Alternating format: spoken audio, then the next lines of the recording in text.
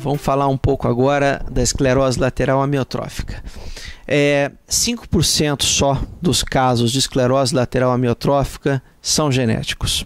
Os outros 95% são casos esporádicos. Uma coisa importante de frisar, eu vou falar de uma outra coisa da esclerose lateral amiotrófica, mas o único fator de risco. Existem vários fatores de risco que você pressupõe que possam ser a causa, mas o único fator de risco que até hoje foi confirmado é o fumo. Então, além de uma série de outras coisas que o fumo causa, ele pode causar também ou favorecer, talvez não causar, mas favorecer o desenvolvimento da esclerose lateral amiotrófica. Então, é o único fator de risco que até um determinado momento foi confirmado. Existem outros fatores de risco que são discutidos, tais como treinamento militar, ou seja, a pessoa fazer serviço militar, traumas de crânio, atividades esportivas extenuantes, mas o único fator de risco realmente fechado é o cigarro. Bom, existe um tipo de esclerose lateral amiotrófica que é um pouco diferente do normal, que foge desses 5%, que é a esclerose lateral do Pacífico Ocidental. Existe uma ilha chamada Ilha de Guam. Essa ilha ela é povoada por um grupo étnico chamado Chamorros. Bom, os Chamorros eles habitam essa ilha e eles têm um índice da doença que é muito, muito, muito maior do que a população mundial. E é uma esclerose lateral amiotrófica que é um pouco diferente. Ela não acontece nem tão para frente com o paciente tão idoso, nem com o paciente tão novo.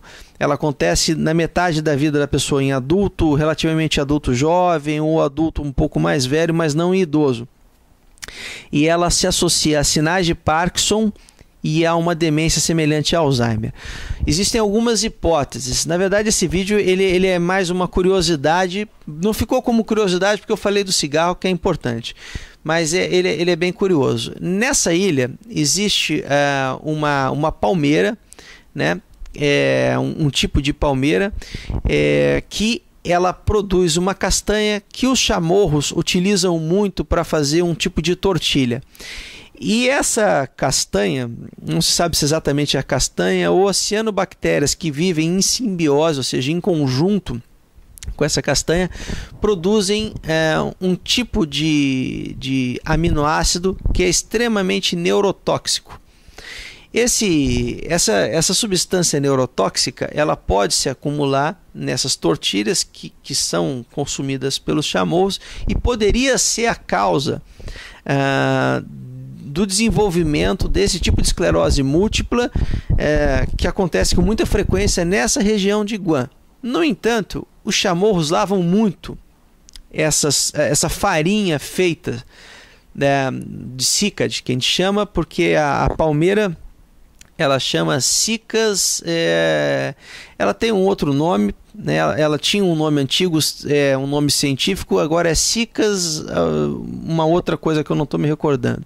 Então o cícade, que é, né, no caso, que eles chamam, né, que é a castanha, e também chamam às vezes a substância, é bastante lavado antes de fazer essas tortilhas. Portanto, eles começaram a descartar a hipótese que a alimentação com essas tortilhas fosse a causa desse tipo de esclerose lateral amiotrófica que foge um pouco do padrão normal. Bom, aí foi traçada uma nova hipótese, uma hipótese bastante interessante, que é decorrente de um hábito alimentar que é um pouco diferente do nosso, dos chamorros. Eles apreciam um tipo de morcego, que é um morcegão bem grande, que tem um rosto semelhante a uma raposa, que chama-se Flying Fox.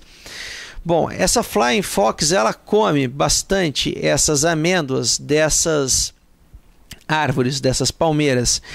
E com o tempo essa Flying Fox vai acumulando no organismo dela essa substância neurotóxica. Ela tem a capacidade de ir acumulando essa substância neurotóxica.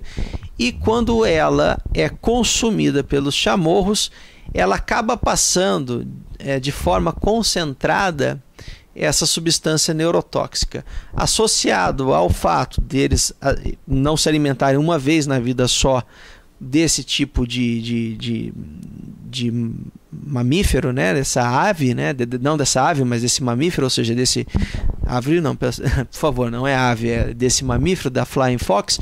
Eles acabam acumulando essa substância, e essa substância teria a capacidade de atravessar a barreira hematoencefálica, ou seja, a barreira que separa o sangue do cérebro, gerando esse tipo de esclerose lateral amiotrófica.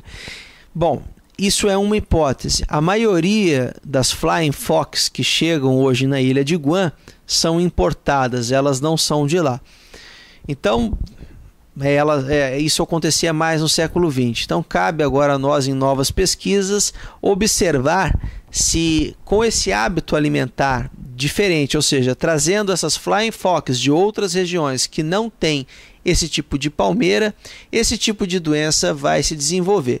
Isso é interessante no tocante a pesquisar novas possibilidades do desenvolvimento da esclerose lateral amiotrófica, em vigência de ser uma doença que ainda no momento não possui cura. Bom, foi um prazer em falar com os senhores. Tenham uma boa tarde.